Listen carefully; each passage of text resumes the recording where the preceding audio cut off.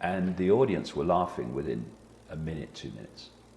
And they basically laughed for, I think I must have been on about 16, 17 minutes. And from that moment on, because I was talking about what was happening to me, except I didn't understand what was happening to me. And what that did was trigger the most extraordinary levels of ridicule. And it cleared me out of that fear of what other people think. But I learned so much about human behavior. I remember, because what you're supposed to do when you face that scale of ridicule is run and hide, right? And it's one of the means that's used to control us all. Yeah, so what I did is I went on a university speaking tour, and in front of all these students who had not come to listen, they'd come to laugh, right? My understanding is that what you had is a Kundalini experience. Do you relate to it like that, or do you call it something else? I don't care. But have you investigated, or has anyone talked to you about that? No, I mean, I've talked to people about a Kundalini experience, and maybe it was. See, what I do, I can only talk for myself, is what is. You know, one of the things that was said to me by the psychic, or through the psychic in 1990, when all this started for me, was they're saying you will face enormous opposition, but they will always be there to protect you. Now, I don't know who they are. I've hardly even thought about who they are, because when I leave this genetic spacesuit, I will know who they are. All I do is I go with my intuition. And what happened to me in 1991 with the Great Ridicule was, as life so often does, it gave me my greatest gift, brilliantly disguised as my worst nightmare, because that's what it was at the time, in the experiencing of it. So what actually happened to me is something transformed my sense of perception. And that's good enough for me.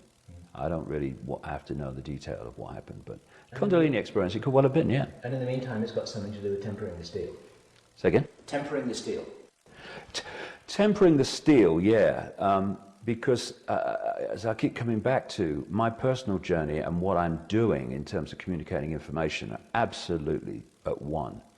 I was going to say, what happened to me when I went out on that university speaking tour. I was at a university in Nottingham, and there were 1,000 people there. I would say 950 had come to laugh. And I walked out on the stage, and it was literally the best part of 15 minutes before I could speak, because it was just abuse, ridicule, laughter, plastic beer glasses thrown at the stage. And I just stood there and waited for it to die down, because it had to eventually. And when it did, I said, you think I'm mentally ill, don't you? And you know what it's like. Whoa, yeah. And I said, so what does that say about you?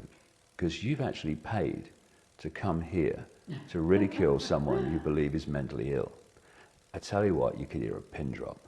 And you could hear a pin drop for the rest of the night. And it's to do what I've done in terms of talking about some really bizarre things. And, you know, my name still only has to be mentioned in a national newspaper in Britain, and it's like complete ridicule, whatever I'm saying. It's turned around a bit. A little bit, but not very much. I mean, I stood for election in a parliamentary by-election in, was it July last year, July 2008, not to get elected. I knew I wouldn't get any votes. I didn't want any votes. I mean, I must be the first parliamentary candidate ever to put out a leaflet to everyone in the constituency saying, I don't want your votes, just your brief attention. Goodness me, I didn't want to get involved in that. But again, it was a great experience, and I learned a lot from it.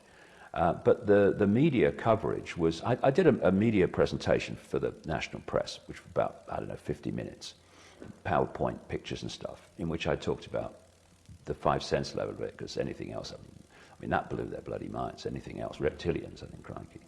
And what they did is they just went away and just abused me and abused it and ridiculed me. And ironically, the one that did the most abuse, one of the things I said was coming, actually about 6 weeks later was actually the front page story in his own newspaper.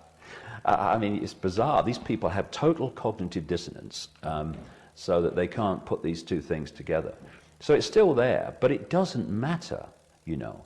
And, you know, we're in a situation where, thanks to the internet, we can bypass these sad people that work with their concrete minds in the mainstream media. And you don't have to reach everybody, just enough people. It's a 100th monkey thing. Yeah, I tell you what I feel more and more, you know.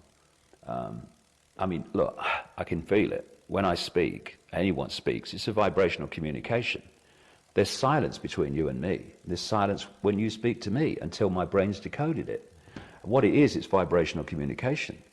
And I feel very strongly that it's not just the people that hear this information. It's the fact that this information's circulating. If you do an interview for a radio station, 100,000 people might listen to it, but that broadcast frequency, carrying that information, is passing through the ether, if you like, and is there to be potentially picked up by people who don't even listen to the radio interview, and it touches them on a vibrational level. And you know, I think that's right. You're talking about the butterfly effect, in essence. Yeah, Multiplied, and that's actually a very good way to put it. That it actually, you know, on a subliminal level, because we exist on so many different levels. Exactly. That it's like waves. It's hitting them. And you know, there's a line that I've been quoting lately that says, you know, we learn by osmosis just as much as by, you know, word. It actually permeates just by osmosis. Yeah. Into our skin, into our brain. Exactly. We're receivers. Exactly. We're receiver transmitters, that's what we are.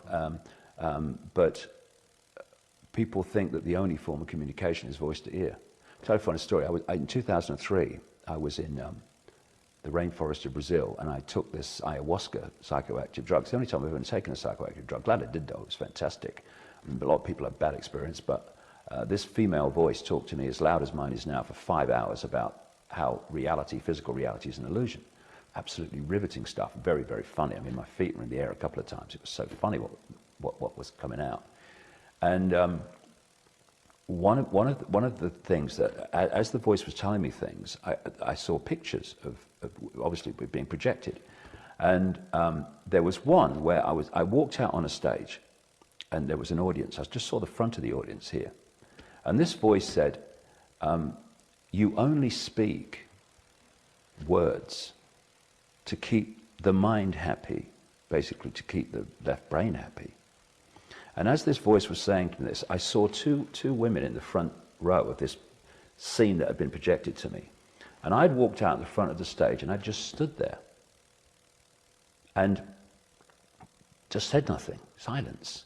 And after a while, this one woman nudges the other one like that and goes, basically, what's he doing? And the voice, so funny when it was said, because it came out of nowhere. The voice said, you only speak because if you did not, the audience would be asking, when the fuck is he going to start? And that actually carries a profound kind of understanding, because the real communication between all of us is unspoken. And this is very good news, and this is what I would impress upon people. The more you speak your truth, even if people are not listening, you're changing or offering a vibrational field which other people can tune into. You know, when I look at the speed at which people are awakening, it's not just because of information on the internet. It's not just because of information in my books or someone else's books. There's something massive going on vibrationally, which fits totally with what I got through that psychic in 1990, which was there is a spiritual revolution coming, and it's taking the form of a vibrational change. I can see it. In 1990, no evidence. Now, I mean, please, you can see it. I had people come up to me in LA when I spoke there recently, saying I was absolutely a part of the system until 3 months ago. Yeah. Right. Yeah. I read one of your books, Yeah. and suddenly I'm just totally different. Now, it's not just because they read one of my books. There's a, if you start tuning into this vibrational change, then bang, things can happen real quick. And I personally, I find it such a good thing that from my experience, I went through all that nightmare experience in the early 1990s when I started